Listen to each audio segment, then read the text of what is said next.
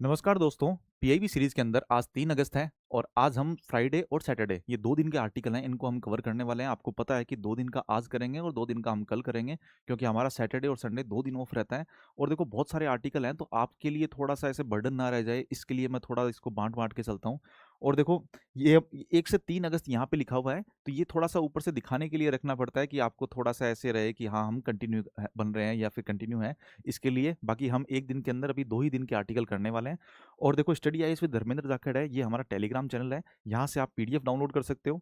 और देखो एक चीज और है, ये 30 जुलाई और 31 जुलाई, 31st और 30 जुलाई के लिए आपको आंसर है A and B, A B B है शायद, हाँ, ABB। और 31st जुलाई के लिए एमसीक्यू के आंसर हैं B एंड B।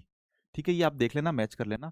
और देखो एक क्वेश्चन आपका वंदे मातरम वाला था, तो देखो आनंद मठ से पहले बंग दर्शन पत्रिका है, इसके अंदर इसका प्रकाशन किया गया था 1875 के अंदर, यही आपको मानना है। और यदि उपन्यास के बारे में पूछा जाए तब आप आनंद मठ के बारे में लिख सकते हो, या फिर जो क्वेश्चन एमसीक्यू इस तरीके से बनता है तो आप उसको सही मान सकते हो, वरना आपको बंग दर्शन पत्रिका है इसी को ही सही मानना है। और उसके अलावा देखो, पीआईबी को सिंपल करने वाला सवाल था आपका, तो इससे ज़्यादा मैं सिंपल नहीं कर पाऊंगा, कोशिश कर रहा हूँ कि इससे ज़्यादा सिंपल और कैसे कर सकते हैं हम।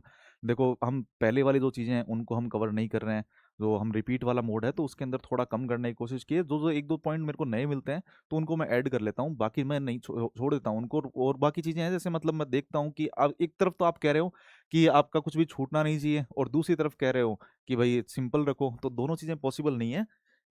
हाँ, लेकिन मैं बहुत सारी चीज़ें हैं वो है ना, मैं मैनेज करके चल रहा हूँ, आपके लिए जो जो इंपॉर्टेंट लगती है वही लेता हूँ। ऐसा नहीं है कि मैं 100% ही कोशिश कर रहा हूँ कि सब कुछ डाल दूंगा आपके लिए। जो यूपीएससी के रेलेवेंस है उसी तरीके से हम चल रहे हैं। और देखो, 15 अगस्त के लिए हमारा ऑफर है Freedom 20। यहाँ पे हमारी ऐप है, study IAS with Dharmendra Jakhar है, स्टडी विद डीजे ऐप है। ठीक है, यहाँ पे ऐप के ऊपर जाके और आप, ये बहुत सारे कोर्सेज हैं, इनके सब के ऊपर 20% ऑफर कर दिया गया आपके लिए। तो एक तो देखो, ये यूपीएससी मेंस आंसर राइटिंग है 2027 के लिए, और प्री और मेंस के लिए भी आंसर राइटिंग है। तो ये मेंटरशिप कोर्स है एक तरीके से, और आंसर राइटिंग भी इसके अंदर करवाई जाती है। आप जानते हो, धर्मेंद्र जाखड़ सर हैं, 4 इंटरव्यू का एक्सपीरियंस है इनके पास में, और बहुत ही अच्छे से एकदम सॉफ्ट तरीके से, जैसे ना यूपीएससी के अंदर क्या क्या चीज़ों की डिमांड होती है, इनसे अच्छा कोई नहीं बता सकता आपको। तो ये मेंटरशिप इस तरीके से आपको करवा रहे हैं। फिर यूपीएससी प्री तिगड़म कोर्स है, ये तिगड़म कोर्स है, ये श्रवण सर हैं, तो ये आईआईटी बीएचयू से पास आउट हैं, आईएफएस में सेलेक्टेड हैं ये 2 बार। और इन्होंने तिगड़म कोर्स इस तरीके से है कि आप प्री के अंदर किस तरीके से मैनेज कर सकते हो अपने एग्जाम सेंटर के अंदर, क्वेश्चन को मैनेज कैसे करना है।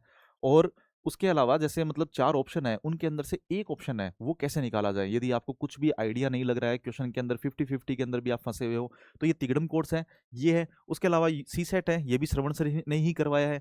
और उसके अलावा देखो, हिंदी लिटरेचर है, ये श्याम सर करवा रहे हैं, लगभग कोई इंटरव्यू दिया हुआ है या फिर सिलेक्टेड है, ऐसे ही हैं सब सब टीचर आपके लिए। और एनवायरमेंट है, ये धर्मेंद्र सर करवा रहे हैं। कॉम्बो कोर्सेज है, देखो ये बहुत ही कम प्राइस के अंदर है, internal security, disaster management, IR, science tech, ये सब है इसके अंदर। और एथिक्स और ऐसे, ये भी धर्मेंद्र सर हैं, इन्होंने करवाया। तो आप है ना कर सकते हो, Freedom 20 ये कूपन कोड है, ये यूज कर सकते हो। अब देखो हम चलते हैं, अब इंडेक्स है। देखो इसके अंदर आज 13 आर्टिकल हैं। 13 आर्टिकल का मतलब ये नहीं है लास्ट वाले 4-5 आर्टिकल है, ये ज़्यादा इंपॉर्टेंट नहीं है, मतलब इंपॉर्टेंट है लेकिन उसको एक छोटे छोटे तरीके से ही हम देखेंगे। तो मेंस के लिए कहाँ कहाँ यूज हो सकता है। देखो आज पहला आर्टिकल है, ये है कैबिनेट अप्रूव समुद्र मंथन। समुद्र मंथन के बारे में आपने थोड़ा माइथोलॉजी की स्टोरी वगैरह इनके अंदर सुना होगा कि समुद्र मंथन क्या होता है, कि एक तरफ असुर हो गए, एक तरफ देवता हो गए, और उन्होंने कुछ समुद्र मंथन टाइप में किया, और उससे बहुत सारे हीरे जवाहरात हो गए, अमृत वगैरह हो गए, इस तरीके से निकला। लेकिन आज का समुद्र मंथन क्या है, आज का समुद्र मंथन के अंदर हीरे जवाहरात वगैरह आज के क्या है, कि जैसे प्राकृतिक गैस हो गया, क्रूड ऑयल हो गया, ये सब आज के समुद्र मंथन के द्वारा निकाले जाने की संभावना है। तो नेशनल ऑफशोर एक्सप्लोरेशन स्कीम ये लॉन्च की गई है सरकार के द्वारा। तो इसके अंदर क्या है कि जैसे ऑफशोर एरिया होता है, ऑफशोर का मतलब क्या होता है कि जो तटीय सीमा है इससे थोड़ा दूर, जैसे ये हो गया, यहाँ हो गया, मुंबई हाई वगैरह हो गए, कावेरी और कृष्णा गोदावरी हो गया, बेसिन हो गया, महानदी बेसिन हो गया यहाँ पे। ठीक है, तो इस जगह पे आपको पता है प्राकृतिक गैस हो गया या फिर क्रूड ऑयल हो गया, तो ये निकाले जाते हैं, निष्कर्षण किया जाता है। तो सरकार ने पहले क्या है कि ये कुछ कुछ एरियाज थे यहीं पे थे, ठीक है। अब पहले क्या है कि प्रतिबंधित एरियाज थे कुछ, तो उनको खत्म कर दिया है सरकार ने, कि आप है ना कुछ नेवी के कारण हो गए, या फिर ऐसा है कि कुछ पर्यावरणीय कारण हो गए, तो उनकी वजह से यहाँ पे जो समुद्र के अंदर निष्कर्षण वगैरह, ये अन्वेषण वगैरह करना, ये सब के लिए है ना मनाही थी।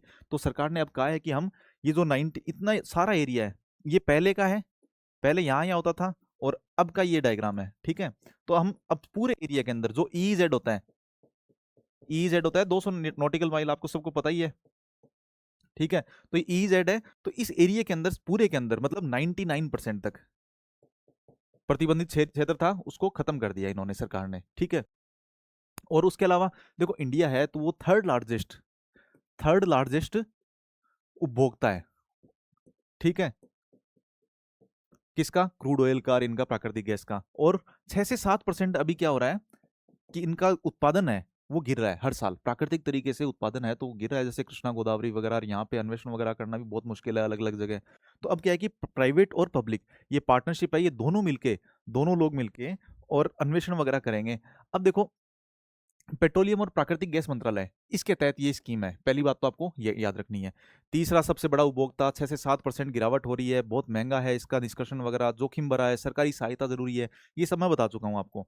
अब देखो 99% से भी अधिक प्रतिबंधित एरिया है तो उसको हटा दिया, ये भी मैंने आपको बता चुका हूँ।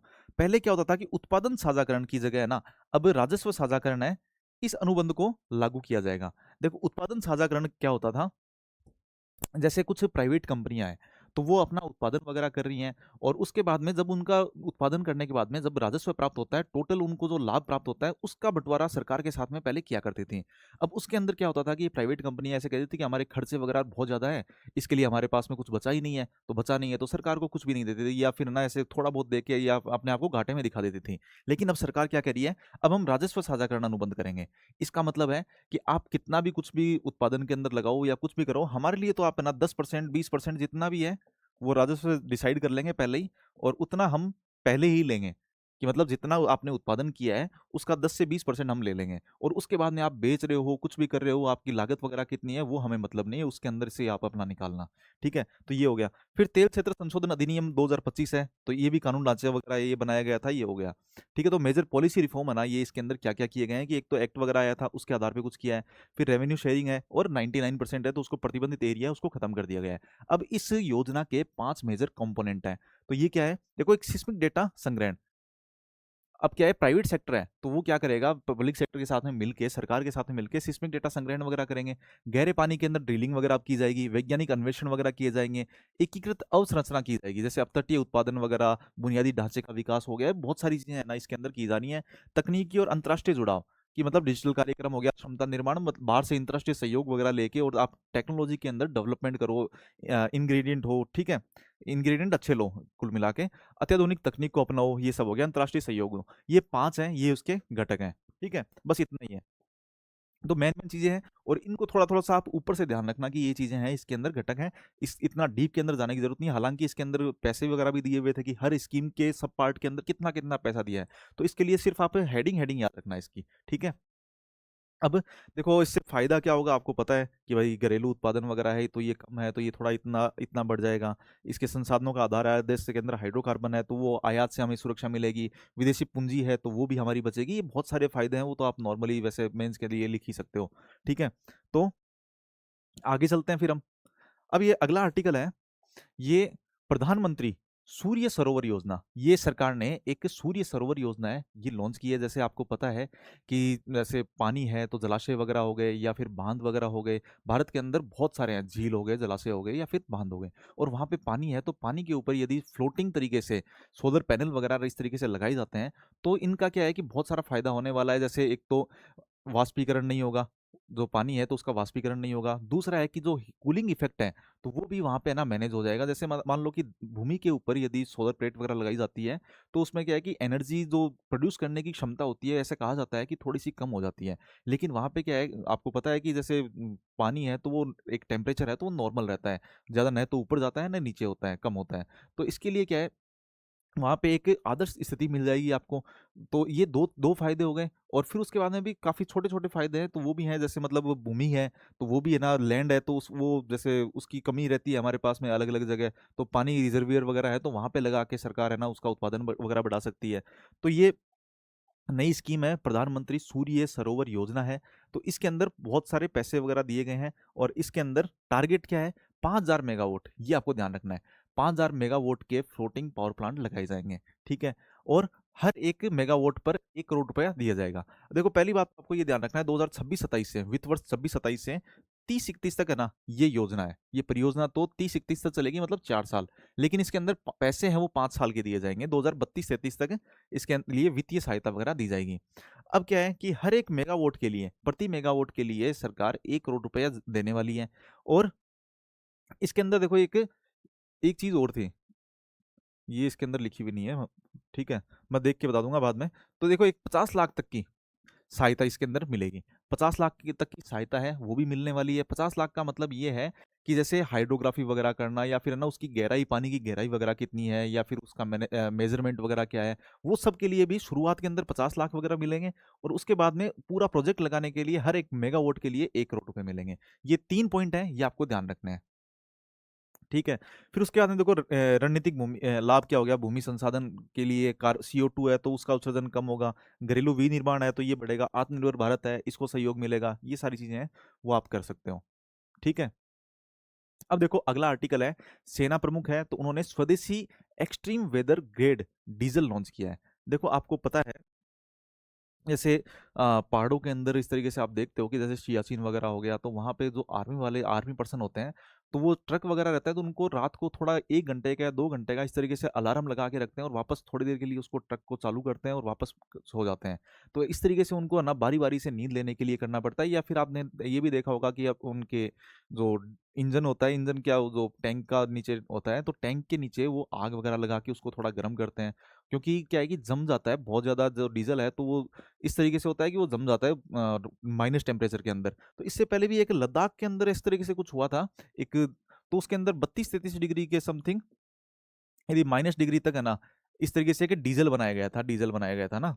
तो अब क्या है कि जो सेना प्रमुख है तो इन्होंने स्वदेशी extreme weather grade diesel, extreme weather grade diesel, ठीक है, ये एक्स है शायद यहाँ पे, ठीक है, तो ये इसको लॉन्च किया गया है। तो ये क्या है कि 42 डिग्री तक भी काम करेगा, इसके लिए इंपॉर्टेंट है, ठीक है। अब देखो -42 डिग्री तक है, और BS6 वाले जो मानक वाले जो गाड़ियां हैं तो वहां पे भी काम करेगा। और डीजल इंजन है तो मतलब इंजन कोई नया गाड़ी बनाना या फिर ना, ये पॉसिबल नहीं है, उसके लिए जरूरत नहीं है। आप पुरानी वाली जो गाड़ियां हैं उनके लिए भी ये एप्लीकेबल है। और और कुछ नहीं है इसके अंदर। रणनीतिक लाभ वगैरह हो गया कि ऊंचाई के ऊपर बर्फीले इलाके हैं तो वहां पे, या नागरिक वगैरह हो गए, सेना वगैरह हो गए, सबके लिए उपयोगी होगा ये, ठीक है। तो ये -42 डिग्री है।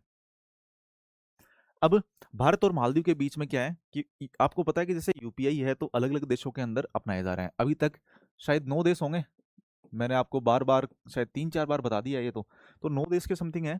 तो ये फवारा है, ये मालदीव का है, और UPI है, इसके बीच में भुगतान कॉरिडोर अभी शुरू किया है। अभी क्या है, पूरी तरीके से शुरू नहीं किया है, ठीक है। जैसे मतलब आपको यदि किसी दुकान के ऊपर पेमेंट वगैरह करना है वो सब अभी नहीं कर पाओगे, लेकिन पर्सन टू पर्सन यदि उसको भेजना है, P2P भेजना है, तो वो भी पॉसिबल कर दिया गया है। तो भुगतान कॉरिडोर है, इसको शुरू कर दिया गया है। मतलब यहाँ के वहाँ के लोग हैं, वहाँ पे कोई इंडियन काम कर रहा है तो वो घर पे भी यदि पैसा भेजना चाहता है तो वो भेज सकता है, ठीक है। तो ये मालदीवियन रुपया है तो इसके अंदर किया गया है P2P है, बस आपको इतना ही ध्यान रखना है, उसके अलावा कोई इंपॉर्टेंट नहीं है, ठीक। अब देखो, अब मंत्रिमंडल है तो इन्होंने खेलो इंडिया योजना है, आपको पता है कि बहुत पहले 2015-16 की बात है शायद, खेलो इंडिया स्कीम आई थी, ठीक है, मैं एग्जैक्ट श्योर नहीं हूँ इसके लिए। तो राष्ट्रीय खेल महासंघ है, तो अब इसके अंदर क्या है कि संशोधित आ गई है। संशोधित का मतलब है रिवैम्प्ड, रिवैम्प्ड खेलो इंडिया योजना आ गई है। और इसके अंदर जैसे छोटे लेवल पे भी है ना, कुछ खेलो इंडिया पहले यूनिवर्सिटीज गेम होते थे, ठीक है, स्कूल गेम, यूनिवर्सिटी गेम, और इस तरीके से होते थे पहले। तो ये 3 गेम की श्रेणियां थी, अब उसको थोड़ा सा और बढ़ा दिया गया है। तो देखो खेलो इंडिया है, भारत की नीति है 2025 की। देखो पहली बात तो है इसके अंदर कितना खर्च किया गया है, 8 गुना खर्च किया गया है, एक तो आपको ये ध्यान रखना है। फिर खेलो भारत नीति है 2025 की, और राष्ट्रीय नीति शिक्षा नीति है, राष्ट्रीय शिक्षा नीति है, NEP है 2020 की। तो इन दोनों के अनुरूप है कि इसके अंदर भी खेल को बढ़ावा देने के लिए, प्रयास करने के लिए है कि आप देखते हो कि अभी जैसे मतलब कॉमनवेल्थ गेम चल रहे हैं या फिर ना ओलंपिक वगैरह हैं, तो उसके अंदर भी बहुत छोटे छोटे देश हैं, जैसे मतलब कतर वगैरह हो गए, या फिर इस तरीके से बहुत छोटे छोटे देश हैं, वो भी है ना मेडल टैली के अंदर हमसे ऊपर चले जाते हैं। और हमारी इतनी ज़्यादा जनसंख्या होने के बावजूद भी हम नहीं पहुंच पाते। तो इसके लिए क्या है कि इसको ड्रास्टिक चेंज कर दिया है। मतलब सरकार ये चाह रही है कि ऐसे कॉमनवेल्थ गेम है और उसके बाद में ओलंपिक भी 2030 के अंदर आने लाने वाले हैं, तो उसके अंदर हम ड्रास्टिक तरीके से हम ना पैसा लगाएंगे और उससे हमें जो रिजल्ट है वो मिलेगा। ठीक है, तो 8 गुना ज़्यादा पैसे लगा दिया, मतलब एक एक्सट्रीम हो गया ये चीज़ें। तो 2030 राष्ट्रमंडल खेल हैं और ओलंपिक खेल हैं, पैरा ओलंपिक खेल हैं, इसकी मेज़बानी भी सरकार कर रही, भारत सरकार करना चाह रही है। तो खेल इकोसिस्टम का बुनियादी ढांचा, देखो बहुत सारे छोटे छोटे ये सेंटर हैं, ये पुराने भी हैं, इसके अंदर एनसीओ है, सेंटर ऑफ एक्सीलेंस है ये, फिर ये भी सेंटर ऑफ एक्सीलेंस है। ठीक है, ये खेलो इंडिया का हो गया, ऐसे करके बहुत छोटी छोटी हैं ये चीज़ें। ये तो आप देख सकते हो कि ये पहले भी है, ये बुनियादी ढांचा है, ये पहले का भी है, एक दो चीज़ें शायद नई भी होंगी, तो ये इंपॉर्टेंट नहीं है। इसको मैं काट रहा हूँ, काट रहा था ये। ठीक है, अब देखो खेलो इंडिया फीडर स्कूल है, एक तो खेलो इंडिया फीडर स्कूल है और खेलो इंडिया उत्कृष्ट विद्यालय है। इस तरीके से ये दो विद्यालय हैं, इनको नया, ये नया जो शुरू किया गया है उसके अंदर ना ये दो चीजें हैं, ये नई है।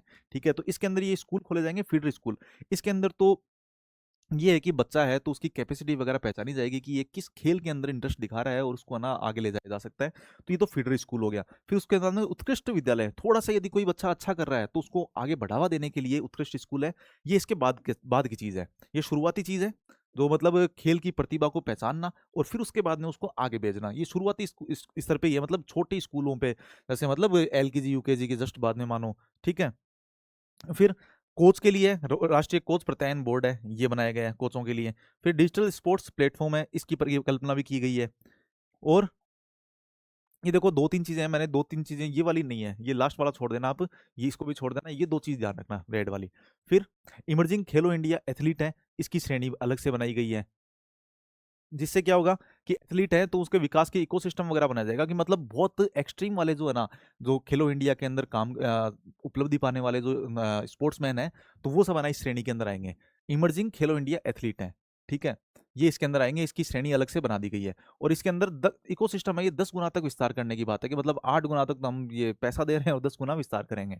ठीक, और देखो ये छोटी छोटी चीजें हैं, टॉप्स स्कीम वगैरह, पोडियम स्कीम, ये पुरानी चल रही हैं, इनके बारे में इसके अंदर दे रखा है। और देखो एएनएसएफ है, एएनएसएफ है, ये आपको पता है कि ये स्पोर्ट फेडरेशन टाइप में होते हैं अलग अलग जगह के। तो ये क्या है, इनको पैसा वगैरह दिया जा रहा है, तो 2026 से 31 की अवधि के लिए ना इनके इनके अंदर जैसे मतलब कोचिंग वगैरह देना, या फिर खेल विज्ञान उपकरण, आधुनिक उपकरण, विदेशी विशेषज्ञों की भागीदारी, ये बहुत सारी सुविधाएं हैं, ये इनको दी जा रही हैं। ठीक है, स्पोर्ट्स फेडरेशन है अलग अलग, जैसे मतलब फुटबॉल का अलग हो गया, या फिर कबड्डी का अलग हो गया, इन सब के लिए ना अलग अलग पैसा दिया जाएगा इनको। ठीक है, अब अगला आर्टिकल है, ये पर्यटन केंद्र के रूप में भारत है। ठीक है, तो ये देखो आर्टिकल हम पहले भी कर चुके हैं, पर्यटन के क्षेत्र के अंदर ना बहुत सारी चीजें हैं वो हम कर चुके हैं। लेकिन इसके अंदर क्या है कि 5.23 चीजें हम देख लेते हैं।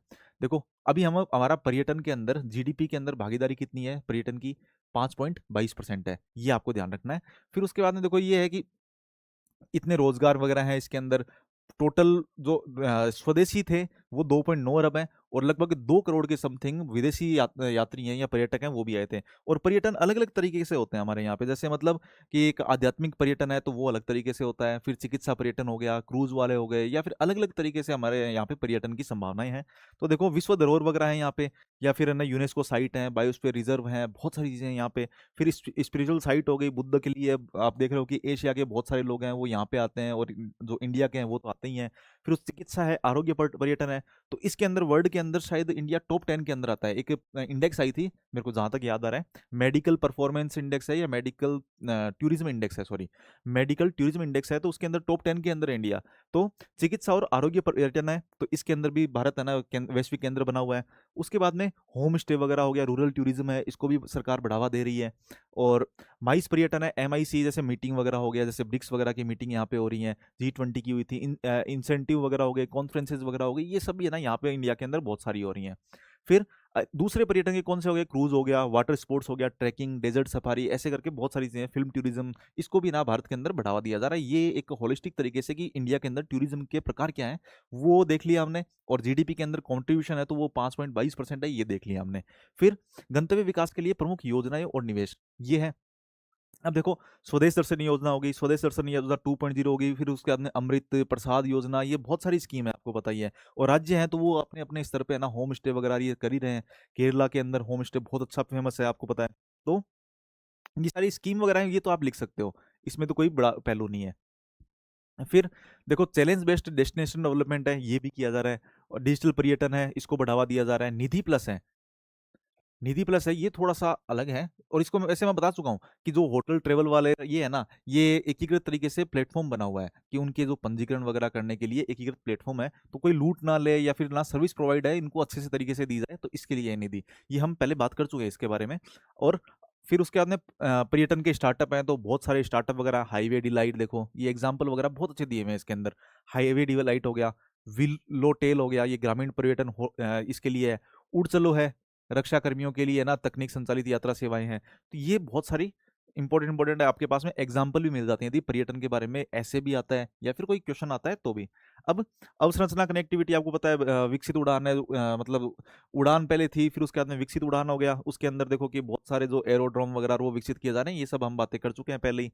और देखो संवहनीय और विकास जैसे मतलब एक ट्रेवल फॉर लाइफ, ये पहल ना चलाई जा रही है कि मतलब जो जिम्मेदार तरीके से यदि पर्यटन किया जाए तो आप एनवायरनमेंट को नुकसान नहीं पहुंचाओगे, वहां पे प्लास्टिक वगैरह ये सब फेंक देते हैं, तो ट्रेवल फॉर लाइफ है, ये पहल भी चलाई जा रही है। और एसडीजी से सीधा इसका संबंध है ही, ये एसडीजी के कुछ गोल वगैरह ये लास्ट में लिखे हुए हैं।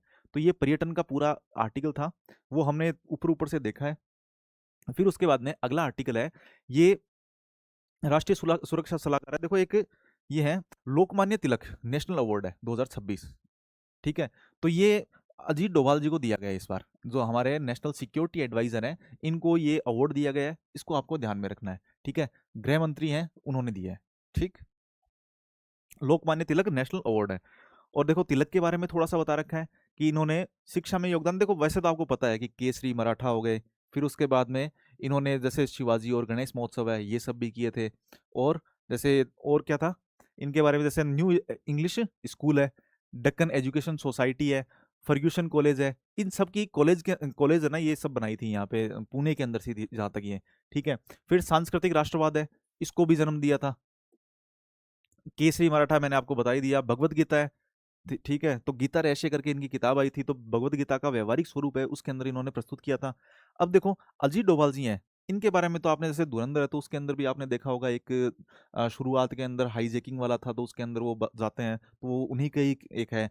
तो शायद वो कांधार हाईजैकिंग का मामला था।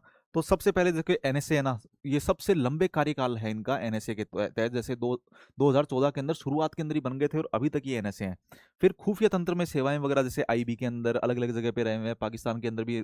आप यदि इंटेलिजेंस वगैरह इसके अंदर थोड़ा सा रखते हो, रुचि रखते हो, तो आपको सबको पता ही है कि ये मतलब पाकिस्तान के अंदर भी 5-6 साल रह के आए थे। फिर मल्टी एजेंसी सेंटर है, ये इसकी स्थापना ना इन्होंने ही की थी। भारत की आंतरिक सुरक्षा की रीढ़ मानी जाती है मल्टी एजेंसी सेंटर।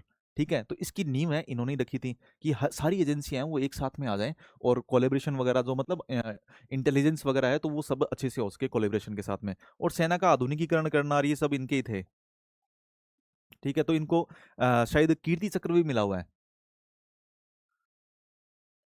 अब देखो प्रधानमंत्री विकसित भारत रोजगार योजना है, एक सेकंड, अच्छा टाइम ज़्यादा नहीं हुआ है। हाँ, तो प्रधानमंत्री विकसित भारत रोजगार योजना है, प्रधानमंत्री विकसित भारत रोजगार योजना है, इसके बारे में ना आज पीआईबी बैकग्राउंड की न्यूज़ थी, आज दो पीआईबी बैकग्राउंड की न्यूज़ थी, दो या तीन थी, उसमें से मेरे को जो अच्छी लगी है वो ले ली है मैंने। देखो मेरे को पता है कि आप पीआईबी बैकग्राउंड की न्यूज़ पढ़ते तो हो नहीं, तो इसके लिए मुझे ही थोड़ा सा एफर्ट मारना पड़ता है आपके लिए, कि आप ऊपर ऊपर से यदि देख लोगे तो भी है ना आपके लिए इसके पीडीएफ के अंदर कम से कम मिल जाए आपको, और मैं साथ साथ में थोड़ा सा आपको बता दूं आपकी हेल्प के लिए। अब देखो ये जो स्कीम थी, तो इसमें क्या है कि ये जैसे मतलब जो नए तरीके से रोजगार मिलता है, जैसे आप देखते हो कि कोई कंपनी के अंदर जाते हो, तो कंपनी वाले कहते हैं कि नहीं हमें तो 1 साल का एक्सपीरियंस चाहिए, 2 साल का एक्सपीरियंस चाहिए, 3 साल का एक्सपीरियंस हो, उसी एम्प्लॉय को हम रखेंगे। तो ऐसे कहते हैं कि यदि आप जॉब ही नहीं दोगे तो एक्सपीरियंस कैसे मिलेगा हमें। इस तरीके से यदि जो एम्प्लॉय होते हैं, तो वो ये उनका कहना यही होता है। तो देखो जो नए एम्प्लॉय हैं, तो उनको बढ़ावा देने के लिए सरकार ये स्कीम लेके आई है, विकसित भारत रोजगार योजना है। तो ये 2 साल के लिए ना ये स्कीम थी, और इसका 1 साल अभी कंप्लीट हो चुका है। और इसके अंदर देखो उद्देश्य क्या है कि ईपीएफओ है, उसके साथ में मिलके कार्यबल का औपचारिकरण किया जाएगा, और राष्ट्रीय विनिर्माण मिशन है, इसको भी गति दी जाएगी।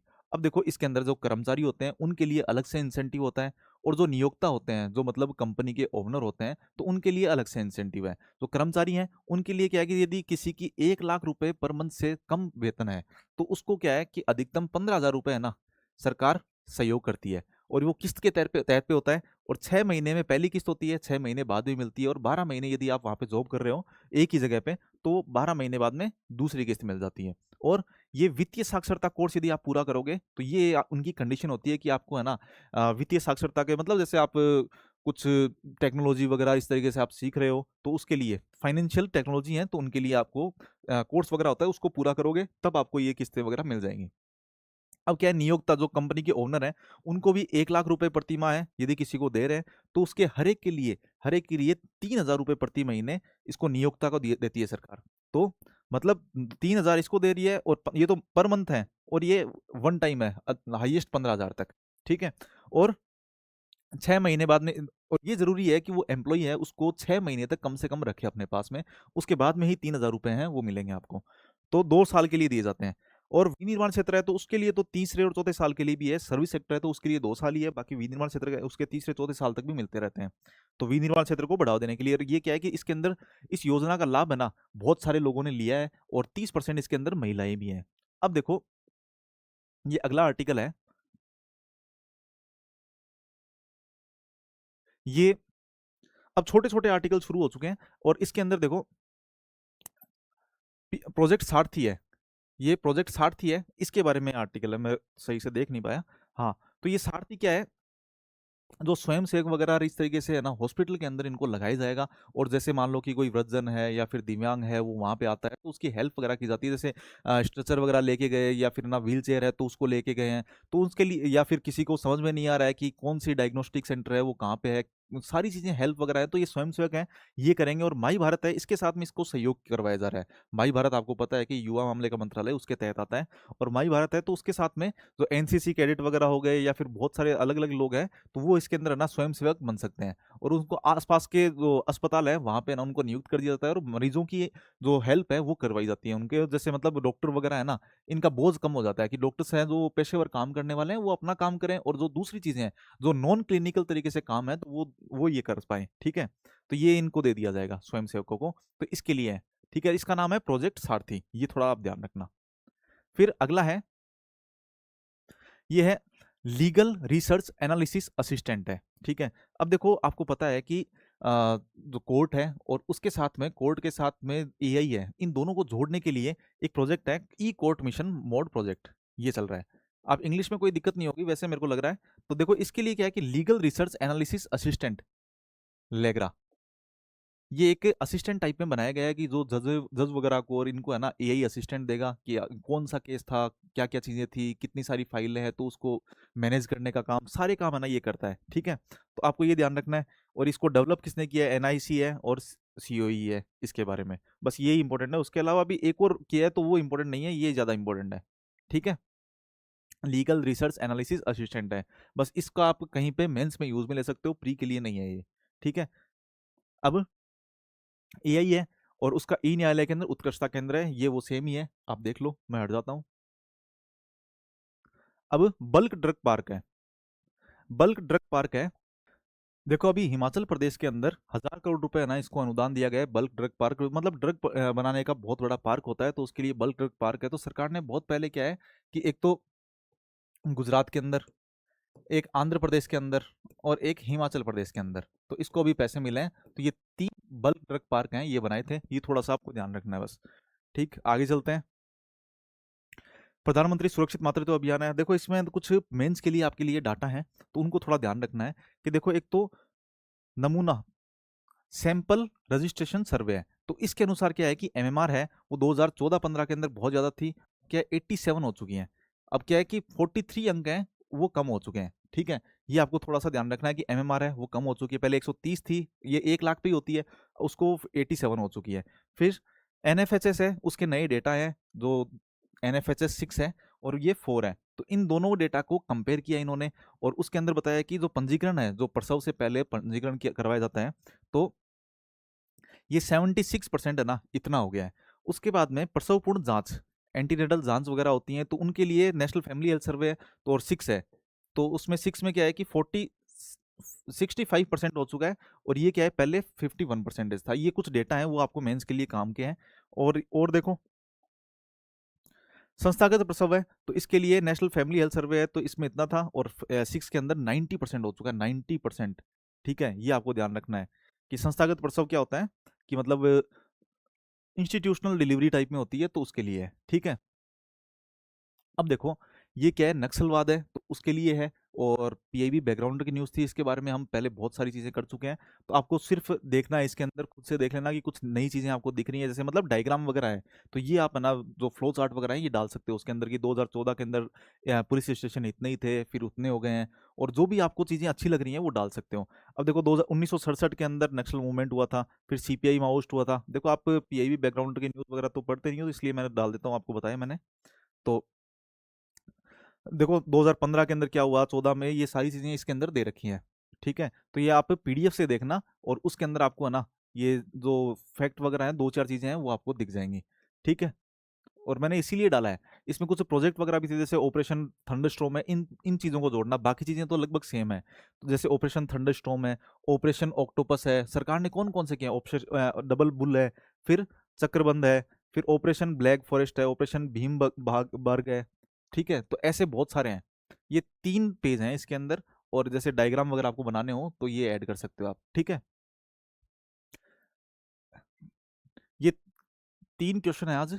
एक तो समुद्र मंथन है, फिर एक सूर्य सरोवर वाला है, और एक प्रधानमंत्री विकसित भारत रोजगार योजना है इसके बारे में। ये 3 स्कीम, 3 हमने बड़ी बड़ी चीज़ें देखी थी, और ये मेंस के लिए क्वेश्चन है, ये भी आप लिखने की ट्राई करना। और मिलते हैं कल। थैंक यू, कल 2 दिन के हम करेंगे वैसे। ठीक है।